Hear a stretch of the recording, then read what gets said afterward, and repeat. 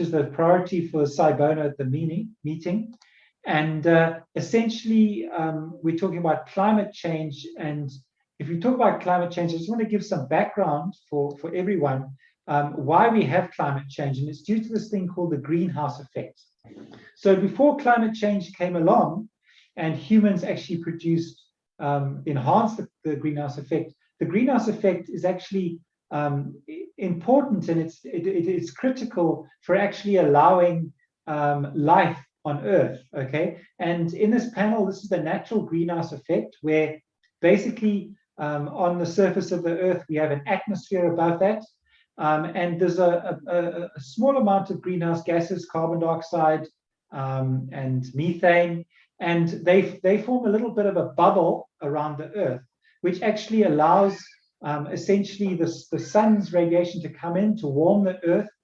And then some of that Earth radiates out and some of it escapes into space, but some comes back off those greenhouse gases in the layer.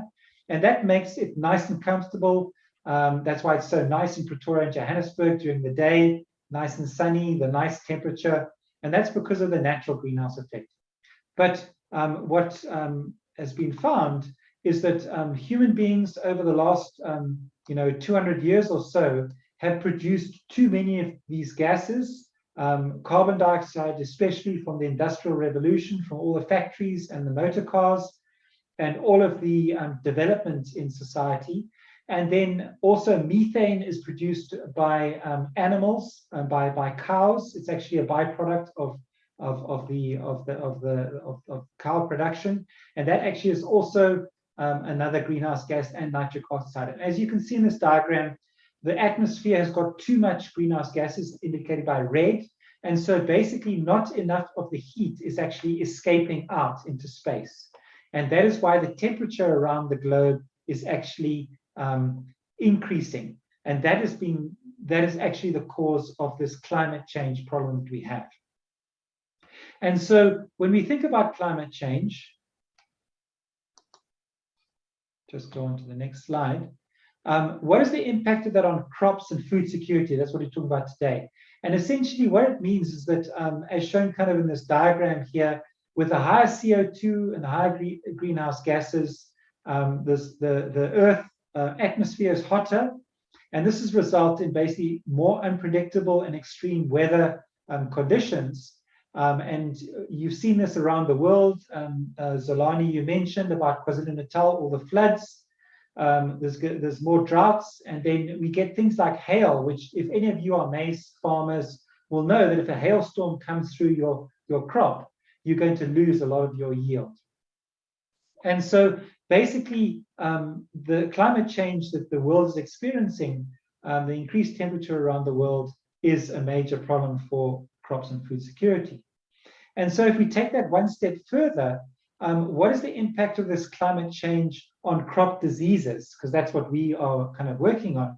And so we need to always look at the science. Sci-Bono, you are promoting the scientific approach to problem solving and policy, and promoting science in learners, which is a fantastic goal. And so we always need to look at the science when we want to understand what is going on in the world. And so this is a report in Nature Climate Change by leading scientists in the field.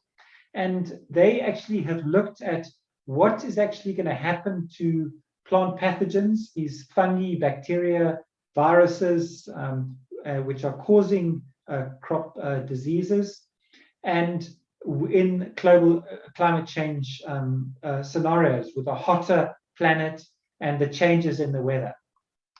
And so what they came up with is a very simple picture here, which I want to just illustrate. Is you all maybe are familiar with climate change pictures. This is a temperature picture, which is basically predicting the change in temperature across the planet. As climate change develops, maybe in maybe 30 to 50 years time. And this is actually not showing the whole planet. It's showing specific crop production areas where the 80 pests and pathogens that these scientists modeled are actually prevalent. And as you can see, that there are certain parts of these crop production areas where it's going to get hotter, especially in the northern hemisphere, and even around South Africa. You can see around KwaZulu-Natal and where we are now in Gauteng, you can see that is also the case. And maybe I can see if I can get my get a pointer going here. Here we go. There's a laser pointer. So you can see there around South Africa, it's more red. And what they've done is they've taken the latitudes from the north to the south and shown here what's going to get hotter and which is going to get colder. And you can see here around the equator, especially around like West Africa, the equator, in Brazil, it's actually going to get maybe colder and maybe wetter in that part of the world. And that's going to have an effect on the pests and pathogens. So if we actually look at then their modeling of where they predicted which parts of the world will the pathogen types be changing the most, okay? And you can see that there's a big emphasis around the equator where it's going to be wetter.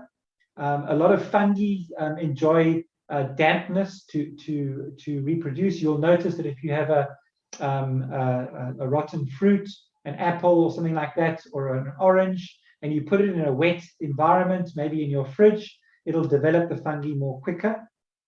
And so basically this is just telling us that the changes in the types of diseases, so you can see all through China, West Africa, and even in South Africa down here, there's also a darker color down here, indicating that out of these 80 important diseases, there's going to be changes. And so this means that plant pathologists are going to be very important in actually helping farmers to actually deal with these changes in diseases. And obviously some diseases will move to different parts of the world based on which is the climate which suits them the best. So this illustrates the topic of that you asked me to talk about, is that climate change will definitely have a different impact on pests and diseases going forward.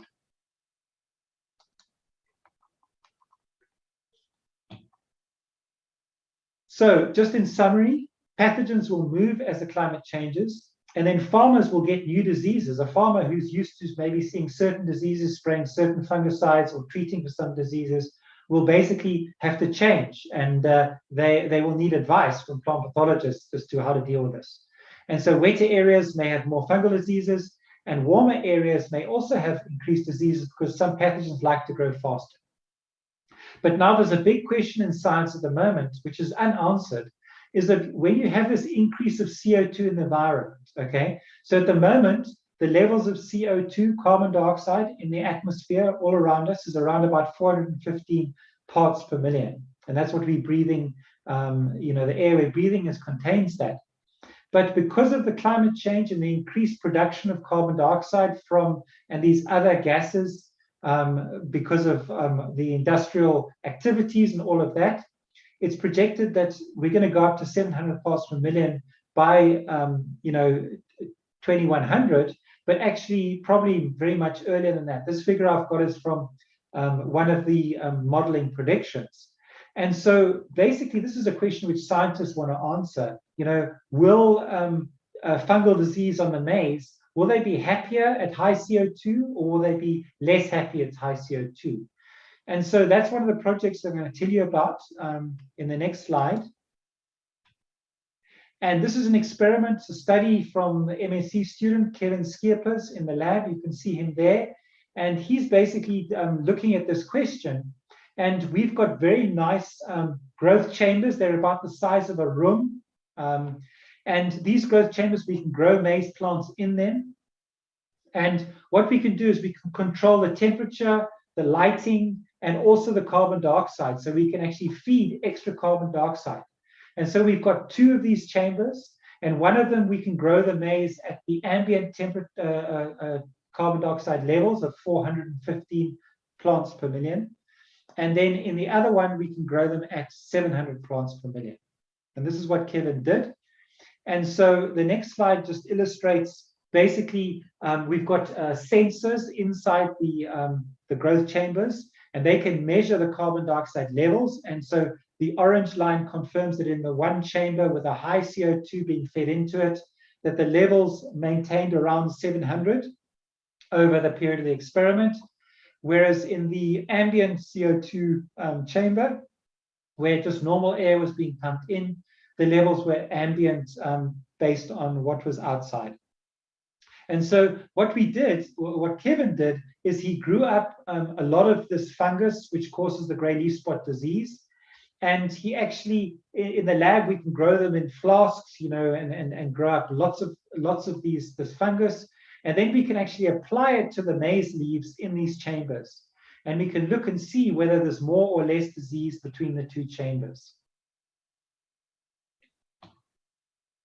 And so the results we got were quite surprising to us, quite interesting, is that in the chamber with the ambient CO2, there was not so much disease, as you can see by these little stripes on the maize leaves. That is the symptoms of the grey leaf spot disease. It's got a very distinctive symptom, which is due to the fungus going into the leaf, and then over the period of several weeks, eating the leaf material, and then forming these lesions, and then popping its spores out again.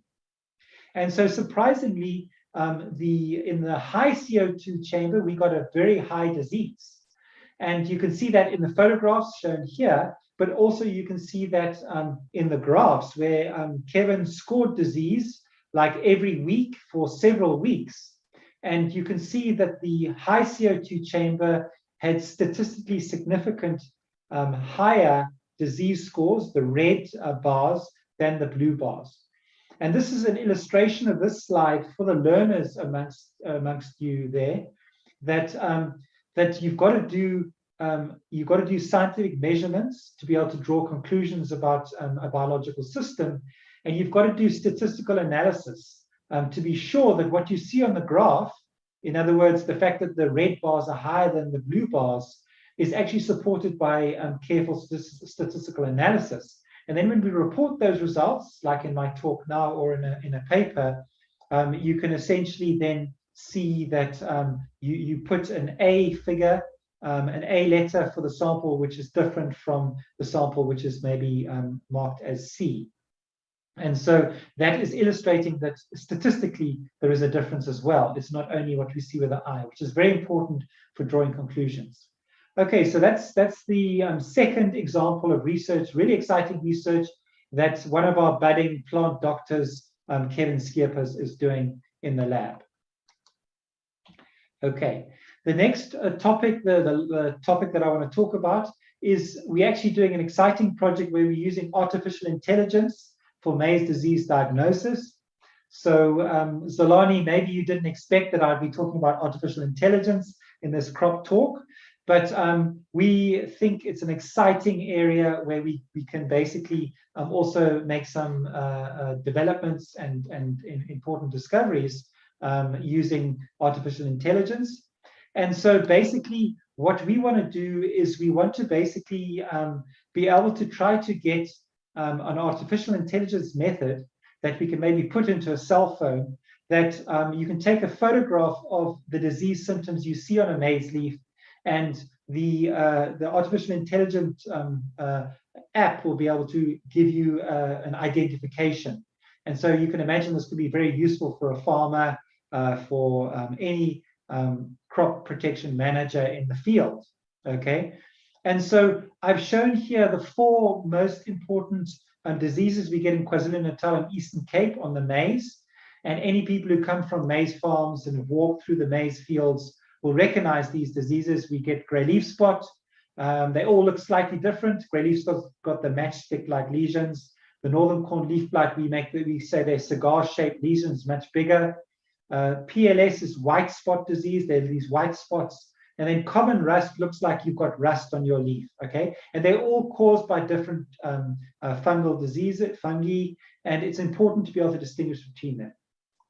And so basically in one of these other projects by a budding plant doctor, we basically thought, let's say in reality, a farmer doesn't just see one disease on a leaf. You often get a mixture of diseases like you see here. And so we really would like to develop a method to actually take a photograph of these mixed diseases and for the computer to tell us, okay, you've got grey leaf spot, white spot, and northern leaf blight, etc. So we started small, we started simple. We only want to identify one disease, gray leaf spot, out of all the others. And so if I go on to the next slide, I first actually want to just share with you, so what is artificial intelligence? Just in try to keep very simple terms, because it's a term bandied around all the time. And basically a nice definition of artificial intelligence, and it's obviously it's applied in life all the time now. Some of you might have a cell phone, and if you've got a gallery of photographs, you can actually type in someone's name, or you can type in like tree or house, and then it'll find all those photographs on your cell phone, which has a tree or house on it. And that's using an artificial intelligence algorithm. And essentially, artificial intelligence are computer systems able to perform tasks normally required by a human, a human brain and human intelligence. Okay, and so in the field of artificial intelligence, there's these fields of basically machine learning and deep learning. And deep learning is the one that we've used, so I'll just go straight into that one. And essentially, deep learning is what can be used for identifying people's faces, okay? And so they give an example here of someone's face, a person called Mark. And essentially, if you develop a deep learning network, you're basically developing a deep neural network that actually, this definition sounds quite complicated, but represents the world as a nested hierarchy of concept or abstraction. In other words, it mimics how the human brain works. And essentially what we have to do is we have to train this deep learning model on the computer by giving it thousands of pictures of people, different people, and including in that maybe 1,000 pictures of this person called Mark. And then basically what the computer does is it runs through this neural network system and learns actually how to identify Mark out of the other 100 other people. And so this is exactly how the deep learning method works. And so you can imagine that identifying a person's face amongst many different people's faces is a similar problem to identifying between 4 different maize diseases. And there's a very nice website you can go to if you want to learn more about artificial intelligence.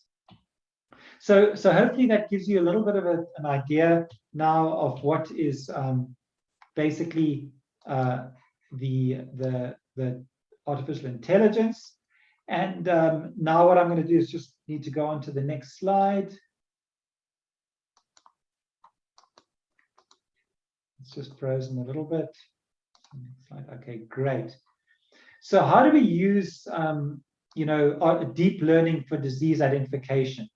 And what we have to do is, as I said, instead of giving like lots of photographs of people's faces, if we want to identify the diseases, we've got to give the computer many photographs of what all these different diseases look like. So this is it's just a snapshot of some of the different photographs in the field of the diseases that we give to the computer.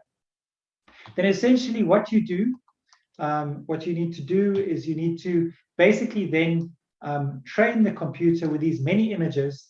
And what the deep learning algorithm does in the computer is it actually looks for patterns in the data, and it learns which images have GLS disease. So you actually give it all these images, and you give it a testing set, and you tell the computer, yes, there's gray leaf spot in the image, or no, it's in there. And then it looks through the images and looks for like random patterns. And eventually it learns which ones are associated with the GLS and which are not. And then to work out whether it's accurate or not, we will test whether the deep learning model with a new set of images. And so this is what we did in the project. This is what the student did. And what I'm going to do now is something that I like to do with the with my audiences. Is you're going to do some work here. I want to test how good is your disease diagnosis. Okay. And so I'm going to give each of you, maybe you can get a little paper or on your cell phone, you can note down, you can just remember, because I'm going to give you some images and ask you to find which one has got the gray leaf spot disease in it. And so the key here is I've given you the 4 different diseases: northern leaf blight, which has cigar-like images, the white spot disease, the rust, and the gray leaf spot, which is more thinner diseases. And so you can look at that key, and essentially these are the unknown images. And which of these images can you see the gray leaf spot disease in? Maybe just note that down. I'll give you a little bit of time. All of you can decide, comparing A, B, and C with the key, which one of these do you think contains gray leaf spot disease? Do they all contain gray leaf spot disease? Do 2 of them contain it? Does 1 of them contain it? Which one do you think contains the disease? So maybe you can pop your answers in the chat box. Would everyone like to maybe just pop their answers in the chat box? Let's see what everyone thinks. I'll give you a little bit of time. If you would like to say which, you could just put in A, B, or C, or A, B, and C, or whatever, as to basically which ones do you think contain the gray leaf spot disease.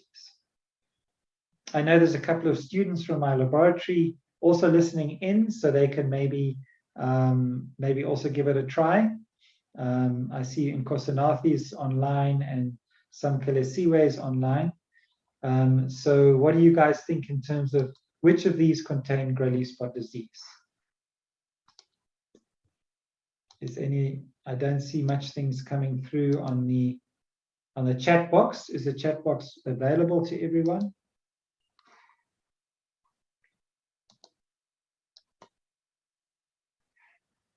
Okay, it looks like maybe the chat box, I don't see any answers coming, or maybe I'm missing answers.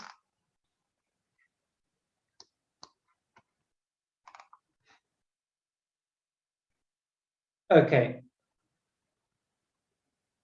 Okay, so we've got one go there. Thank you, Carla. Thank you, Nathi. Anyone else want to have a guess? It's not important. You're not going to get marks for this. It's just a bit of fun to see how good you are at disease diagnostics.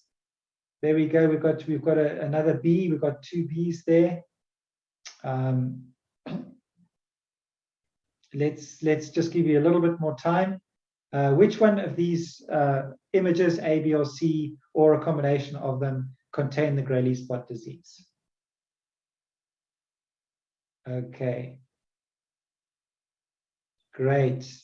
That's great that you guys are all participating and giving it a try. And that's really excellent. Anyone else want to give it a go? I'll give you another 10 seconds. There we've got another B from Sam Kalasiwe. We've got some C's.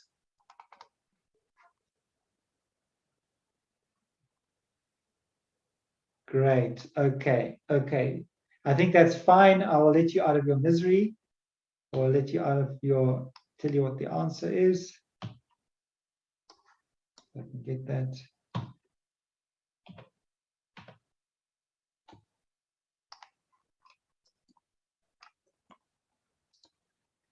All right, so basically B was the correct answer. So well done to all of you who got B, and there I've pointed out those little thin matchstick-like lesions. There are some thin stripes in A and some thin stripes in C, so I understand why some of you put those in, but mostly A is mostly common rust over the top of some white spot disease. B has also got some northern corn leaf blight on the left-hand side, the bigger lesions, northern leaf blight. And then C has also got northern leaf blight with a little bit of white spot on it. So hopefully that's, you can see that diagnosis can be quite challenging. And so then let's see if we can basically see what did we get. So when the student, Hamish, the MSc Bioinformatics student, did the artificial intelligence, it was a lot of work.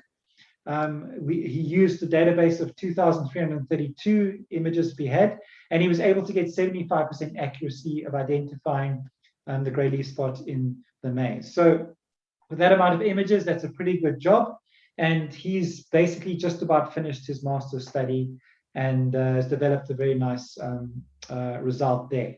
And so basically, this is the first time we've done this kind of field of artificial intelligence, and so it was quite exciting to do this project and learn a little bit about how you do these kind of projects. And we're working towards, in the long term, basically developing this into kind of an app.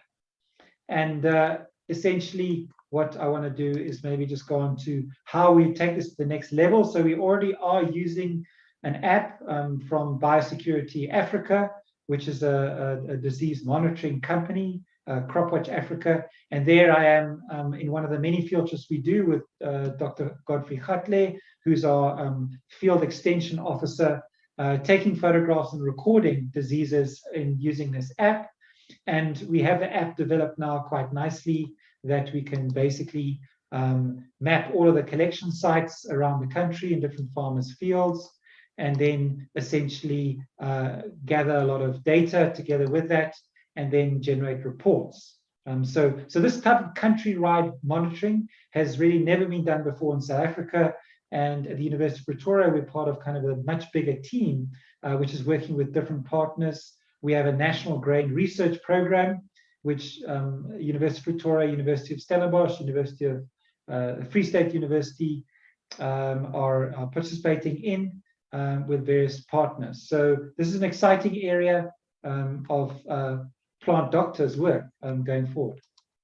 Okay, so let's go on to the next topic. Okay, so finally, just to end off, so if you're a learner and you're interested to become a plant pathologist, how do you do that? Here's some of our budding plant pathologists in the field with a farmer. Basically, you need to study at university. There's a specific BSc Agric degree in plant pathology. It's a 4-year degree. And if you've got that degree, then you really have a ticket to be a plant doctor. You don't need, we obviously talk about people with a PhD, as a doctor, but to become a plant doctor, to be able to diagnose diseases, you need that BSc Agric plant pathology degree. But many of the students can also study a BSc in different biological fields, such as plant science, biotechnology, genetics, biochemistry, microbiology, and entomology, and then get into the field of plant pathology. And many of the plant doctors working with me are from that area.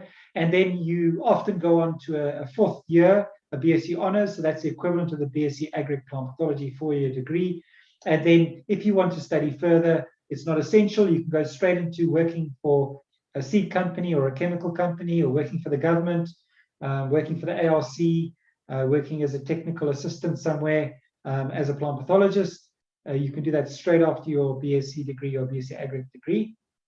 So not everyone has to carry on, but essentially you need to. The other important thing is if you're selecting your subjects now as a learner, it's important to make sure you can get into a BSc or a BSc Agric degree at the university. And for that, you need 2 languages, you need mathematics, and you need physical science. That's really important, okay? Those APS scores and those percentages might have changed recently, so look at the latest information on the university websites. But then you don't have to have biology in matric, but it does help because we are working with biological systems. So keep that in mind if you want to become a plant doctor as you go along. Okay, and so the next slide is just my final slide, is basically just to conclude what I've talked to you about today. Plant pathologists are so-called plant doctors. It's an important career in food security. Pests and diseases are a challenge to food security. Climate change will impact crops. And the research at University of Pretoria that we and many other of my colleagues and professors and lecturers in the Forestry and Agricultural Biotechnology Institute and the Department of Plant and Soil Sciences are working with farmers on different aspects. And just the 2 examples I shared with you is the high CO2 research we're doing and using artificial intelligence for disease diagnostics. And so study a BSc Agric Plant Pathology or other BSc degrees in biological sciences to become a plant doctor. So that is my presentation. I've got a couple of videos that I'd like to maybe share, if that's fine, Zolani, if we could do that. Could I try those? Very, very short videos.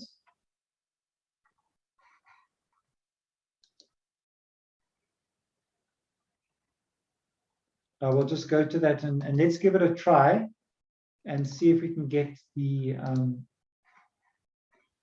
let me just go out of my presentation here. Okay.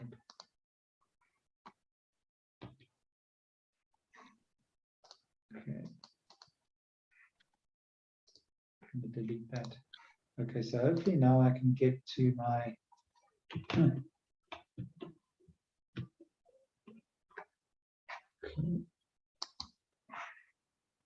I need to I'll just remove the spotlight.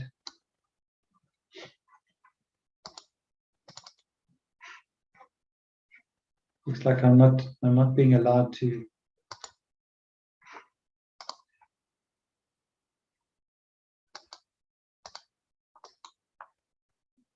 Okay, let me see if I can find my. Okay, let's try this. It doesn't seem to like video clips. Is there something you can do technically on your side? Have you blocked video clips for some reason, or maybe I should just maybe try without the video clips?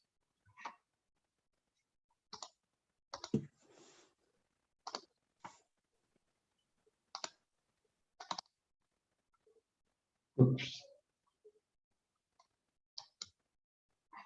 Yeah, there's something about it can't. Is it? Am I not able to share a video clip?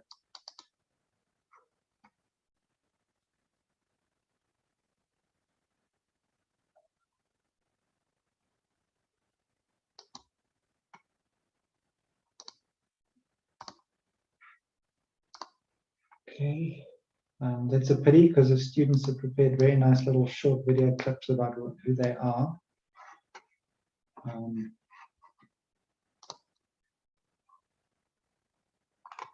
Is it because we're streaming to YouTube, the video clips can't be shown maybe? That may be the problem.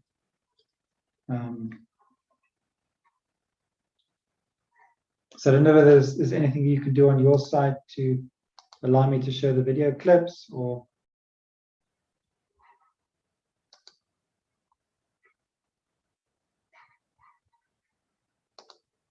not even allow me to go to.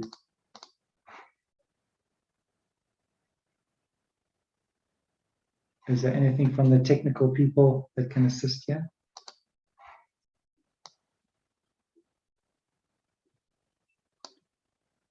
Okay, so yeah, the problem is that these video clips are not on the YouTube. They're just in my.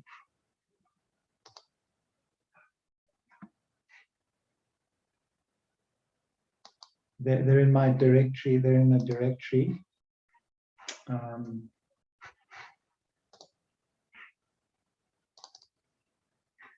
Let's see if I can find them again.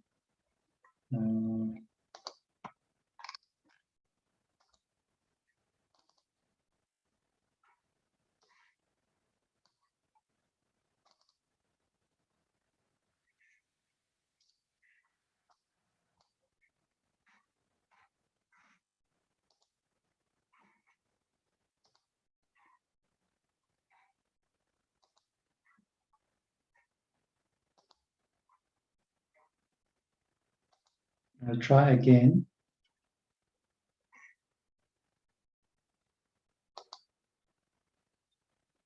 Can you see anything?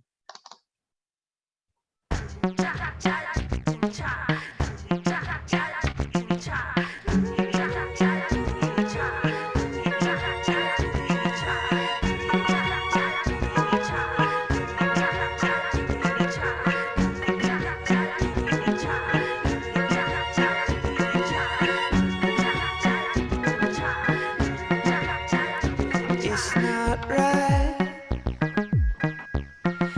it's now or never. And if I wait, could I ever forgive myself? On a night when the moon glows yellow in the riptide, with the light from the TV's buzzing in the house. 'Cause I'm gonna go to where I can, and then I'm gonna duck out behind them. If I ever had the chance, it's now then. But Okay, did you manage to see and hear that? Can someone let me know?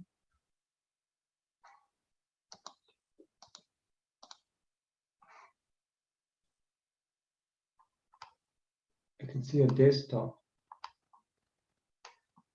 Okay, share the screen where the video is playing. Okay, okay, sorry. Okay, let's try again. Okay, let me just stop this.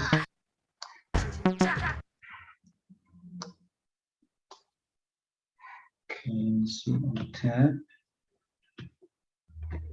Okay, so I'm gonna stop sharing and try and share again.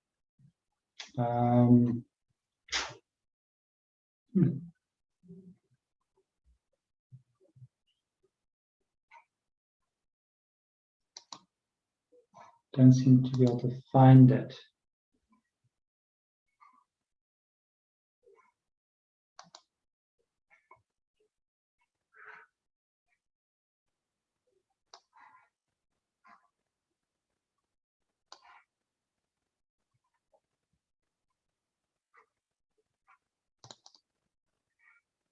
No, that's not the.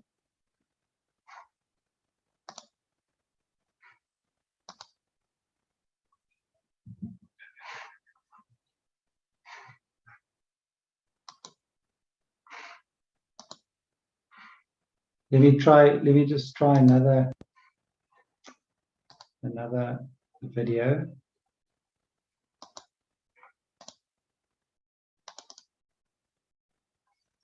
Okay, let me just.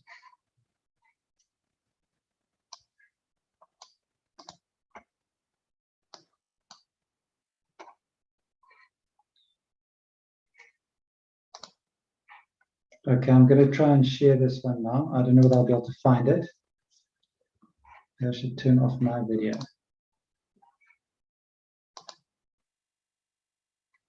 Okay, I found this one.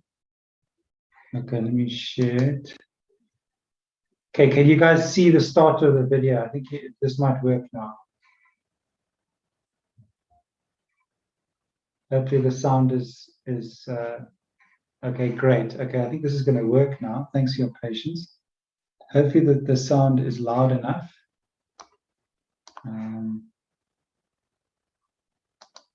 Hello. Hi, my name is Jabulile Mashamo. I'm from Benoni and I studied genetics in undergrad. So why plant molecular biology?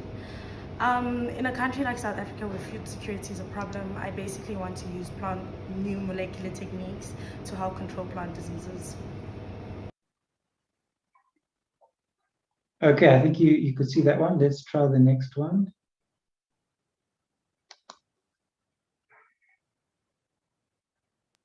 Oops, okay, let me share again. Okay, so get the right one.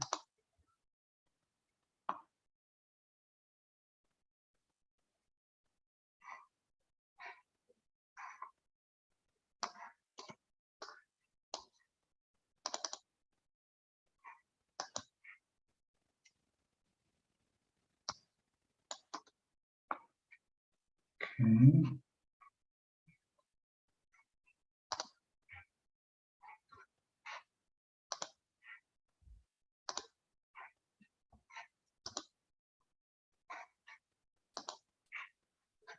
Okay, here we go. Hi, I'm Timisang. I'm from Bochum in Limpopo, and I did my undergrad in plant pathology, and then now I'm doing my master's and still in plant pathology. So climate change, as we know that climate change, well, it comes with a change in the average temperature and the rainfall, which can lead to like more disease. And so my project will help us in preparing for such changes.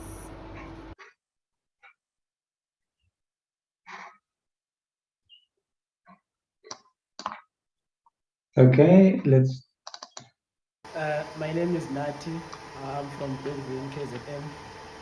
So in my undergraduate, I did BSc in biochemistry and microbiology. So right now I'm doing my PhD and my project is on seed healthy. So we're trying to look at the seed diseases so that we can help farmers to produce healthy seeds.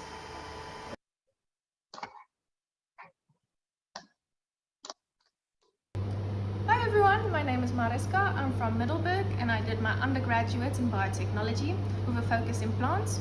Now I'm currently working on a cereal crop which is very important in South Africa, and I aim to eventually increase crop health and economic stability.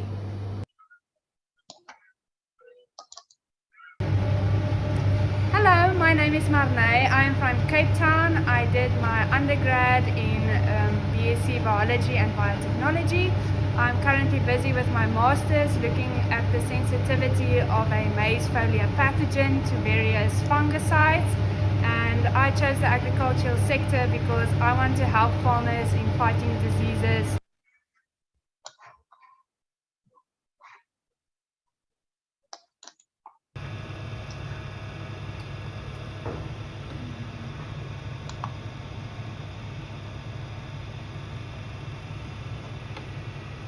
Hi everyone, my name is Samgemsiwe Tango and I'm from Soweto. For my undergrad degree, I did a BSc in Life Environmental Sciences, majored in biochemistry and human physiology. I then went to do my honors and masters in biochemistry. I'm currently doing my PhD in biochemistry, working on a maize foliar disease that is caused by the pathogen Echinococcal. With climate change, it is making the temperatures to rise and making this pathogen to be more aggressive, causing more disease. So for my project, we want to contribute meaningful knowledge on how to breed for disease-resistant cultivars.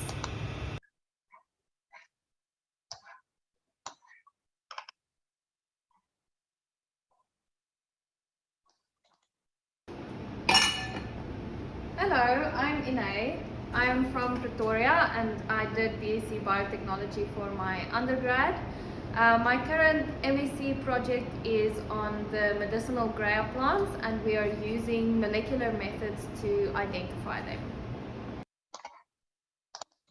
Everyone, my name's Carla.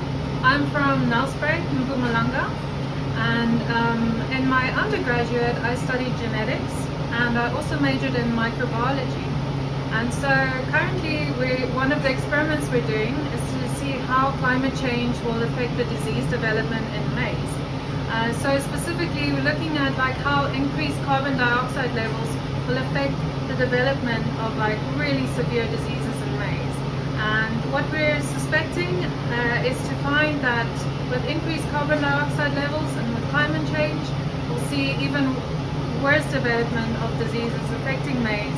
And so we're looking into ways to solve this.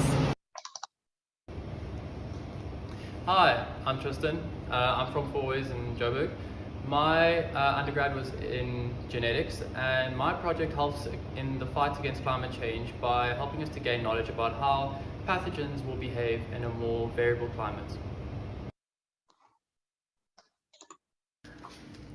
Hi everyone, my name is David. I'm from Ethiopia, working as a postdoc here at the University of Pretoria. And basically my project here at the University of Pretoria is to develop RNA-based fungicide against fungal pathogen infecting maize. As you may know, global warming and climate change is aggravating the problem in pathogen incidence and increase the challenge for farmers to get disease-free plants. So I'm basically focusing on to develop a technology in order to fight the pathogen using RNAi system, which is basically a molecular technique to fight the pathogens. And thank you for stopping by.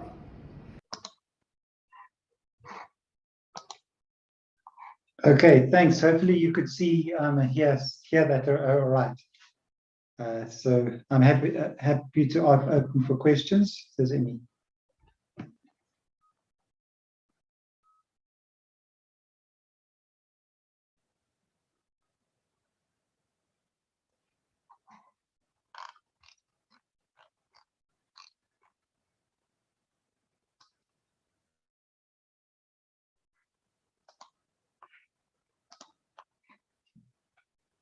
Hello. Last night we witnessed a very big moon. They call it a bug moon. I don't know if you have seen it, Prof.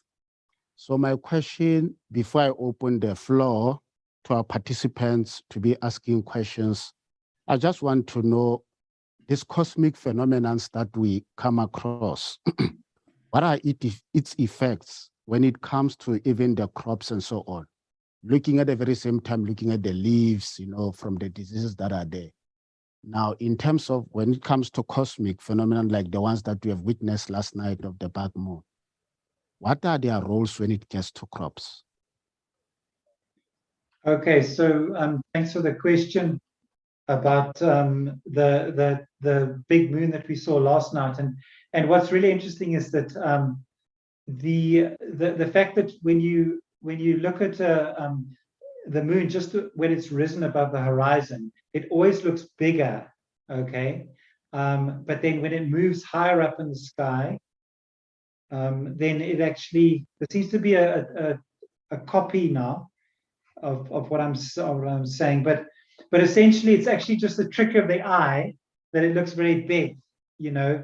And so the moon was very beautiful last night. I saw it as well, and it looked really big when it was close to the sky. But then when it gets higher up, maybe you can check tonight that it actually looks smaller when you see it higher up. So that really, but of course the moon, the position of the moon has a big effect on the tides, around the world.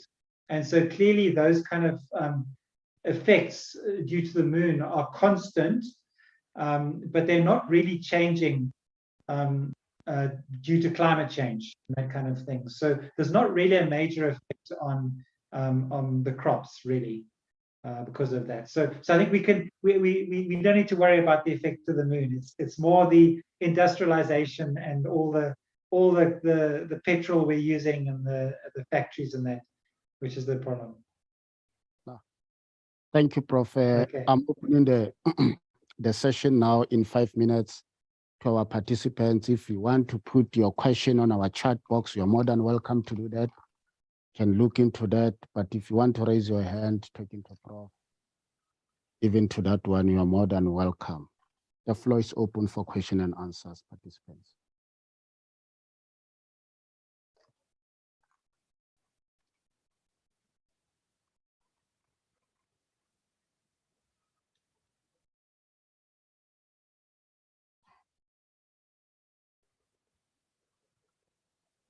If there are any questions, the Prof is awaiting those questions. Please let's feel free to ask the questions to Prof.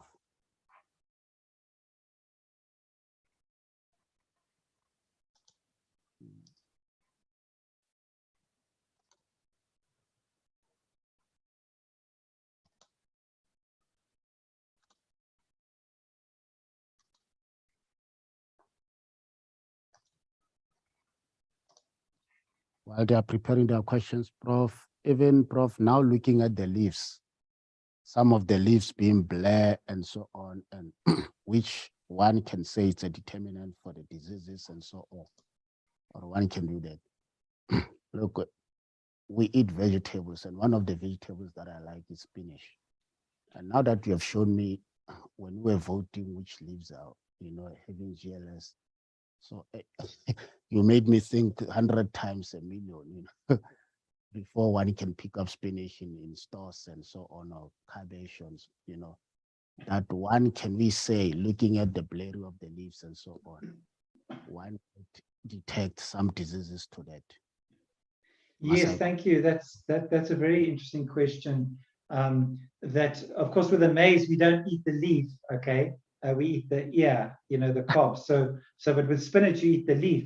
And of course, there are, fungi and bacteria and viruses will invade any niche, that they can live off, And so, in actual fact, the spinach does get leaf spots, and there's different diseases which you can get on the spinach.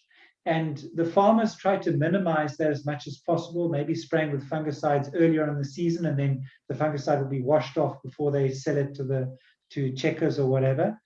But very often those disease spots are not really a problem for our health, really, And also the presence of a little bit of fungus in the leaf is actually also, and bacteria in the leaf is also not often detrimental to human health, because those fungi and bacteria have actually developed to invade a spinach plant.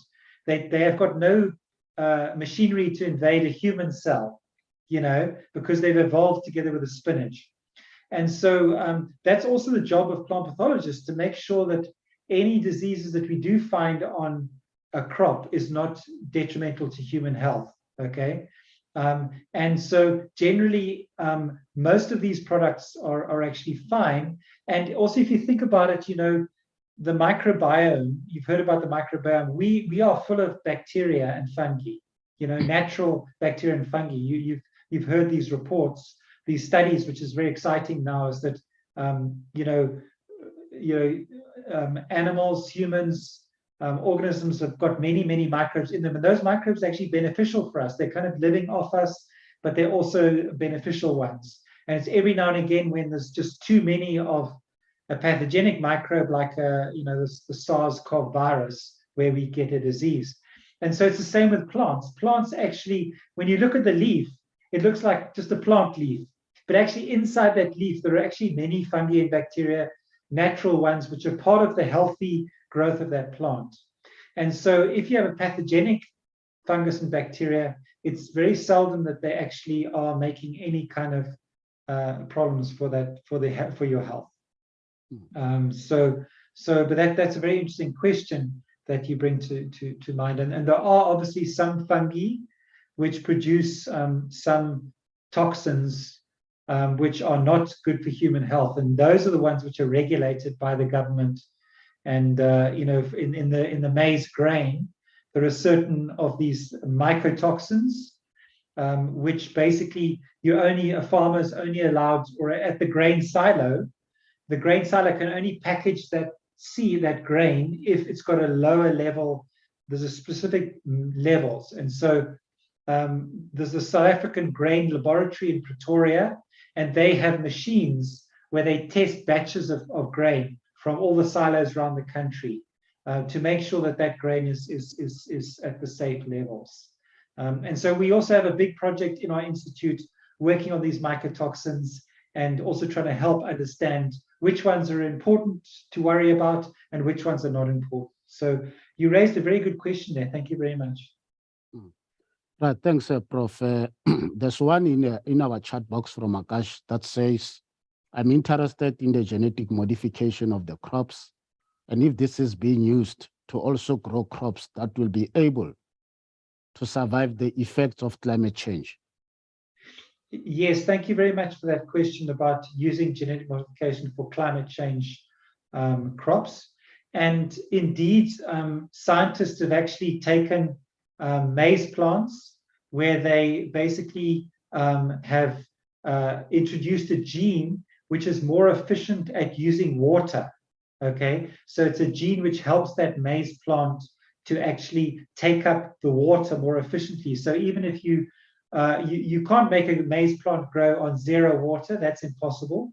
But you can actually, they have developed genetically modified crops. And in actual fact, the one example which actually has been tested in the USA in field trials is basically when a maize plant has not enough water, the cells get stressed. And what happens then is the molecules in the cells start to break down.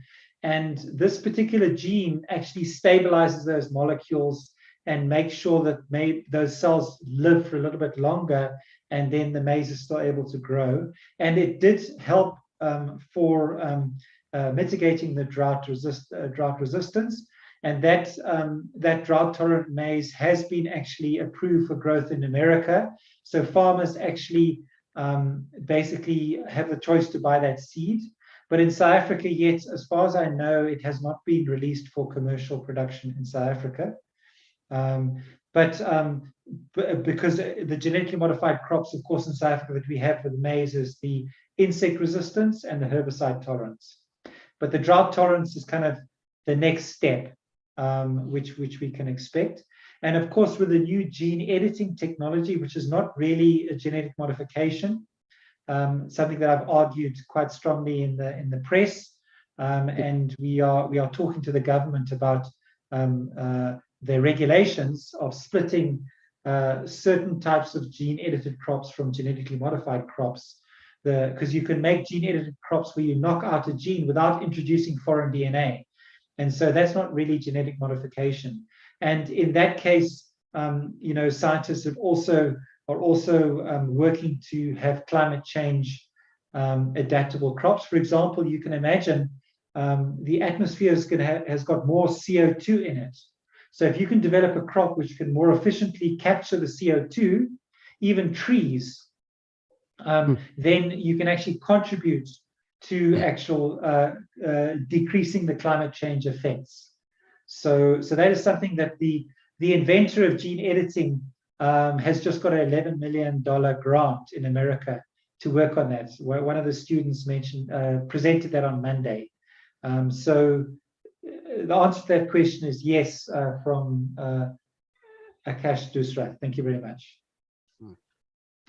But if there are any other questions from the hands that have been raised, our technicians on the ground, please do allow them to voice out their questions. But if participants still want to keep their questions in the chat box, they are still more than welcome to do that. Just one last thing from me, Prof, on questions. What will be your advice for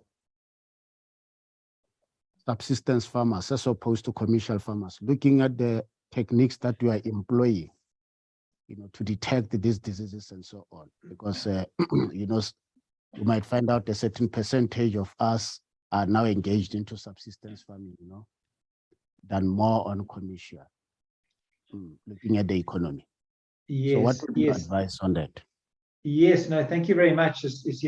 How can we apply these kind of approaches for subsistence farmers? And I think what's really important is that there is big initiatives in the government, the ARC, and at universities to, bring some of these technologies to subsistence farmers and not only deploy them for commercial farmers.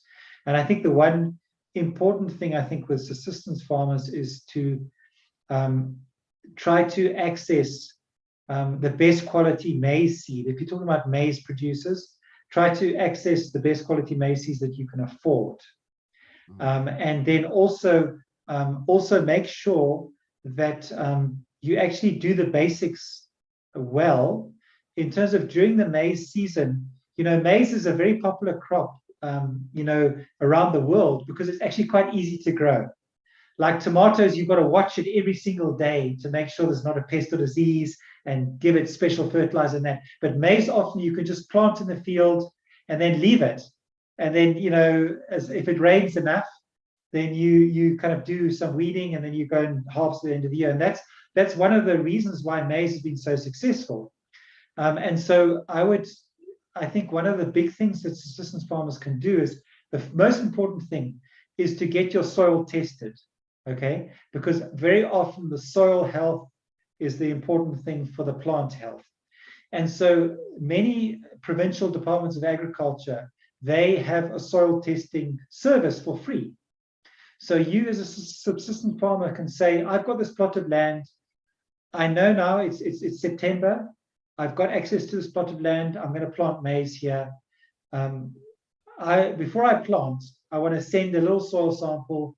Even this time of year is a good time to send your soil for a soil testing. And if they say there's not enough nitrogen there, then you need to make sure that you actually invest in getting some nitrogen fertilizer. The fertilizer can make a huge difference.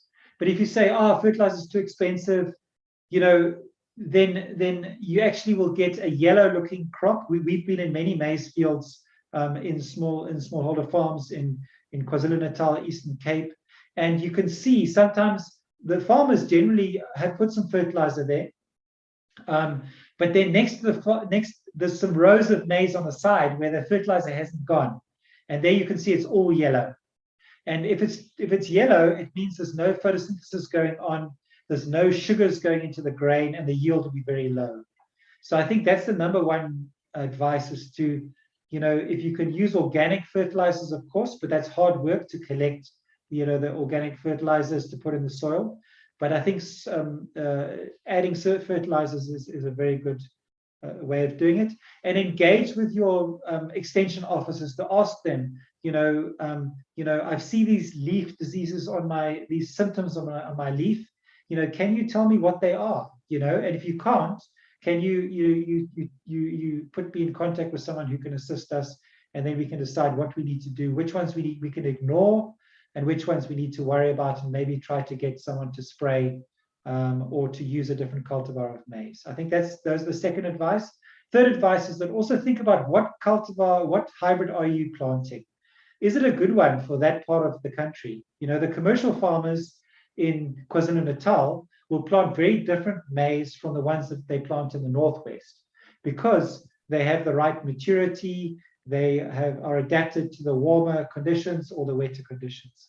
So I think that's also the number 3 advice. And we're hoping that with these artificial intelligence, we can get a tool on an app. Everyone has got many people have got smartphones now, even in subsistence farmers.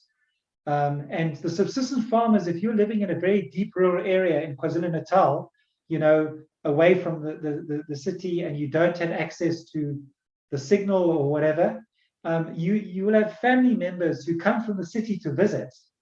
If they come to visit, they bring their cell phones with them. They can take photographs, and when they go back to the city, they can upload those to the cloud and get a diagnosis of the disease. And so that's one of the things which we're hoping to be able to do, is that many subsistence farmers are not just stuck out there. They have family in cities and they visit. And so that family can help a lot to bring the technology to the people on the farms.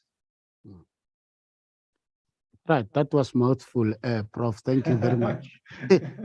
You said it all. I don't see any other questions in our chat box. So I take it our participants have paid a lot of attention. Perhaps they will also want to meet up with you in private, maybe for quality assurance to their endeavors when it comes to their crops and so on that they have where they stay. But from me and Sci-Bono Discovery Center, this was quite a profound insight. And thank you very much for your presence in sharing with us, because we're so much adamant to say, this plant doctor, what is it all about? So you made it clear to me and to our participants to say, indeed, the healthy soil produces healthy plants as well. So thank you very much to you for taking out time to come and give us this presentation. Thank you to the Sci-Bono technical team that has been behind everything. Thank you to our Senior Science Center Manager, Mr. Akash Dasrath. And thank you to you, and thank you to all our participants. I hope this is not the only Speak to a Scientist that we're having. We have more of Speak to a Scientist programs coming ahead. So we'll look forward to that. Keep on looking into our own website. We're having even our own, for the first time, broadcasting from our own studio. So we hope to do more of these talks. I've seen the students that we are working with. So let them come up to assist us in this climate change so that we get healthy crops. Thank you very much to everyone. I think I must now close this session, Prof, by your permission, if there's nothing from your side. Yeah, thank you very much for the opportunity, and thank you for the patience with the technical things, and hopefully, and I thank the students who contributed to my talk as well. So that is great. And please encourage the learners who come through the Sci-Bono Center to think about becoming plant doctors. You now know a little bit more about it, and so you can tell them, look, go and look up on the internet about being a plant pathologist.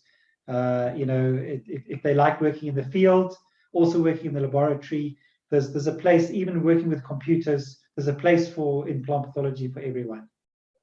Thanks very much. Thank you, Prof. I've seen one of your slides even have your details. Thank you very much. Yes. We have come to the end of this session of Speak to a Scientist. Ladies and gentlemen, you have yourself a wonderful good afternoon and good evening. Thank you. Cheers. Cheers. Thank you.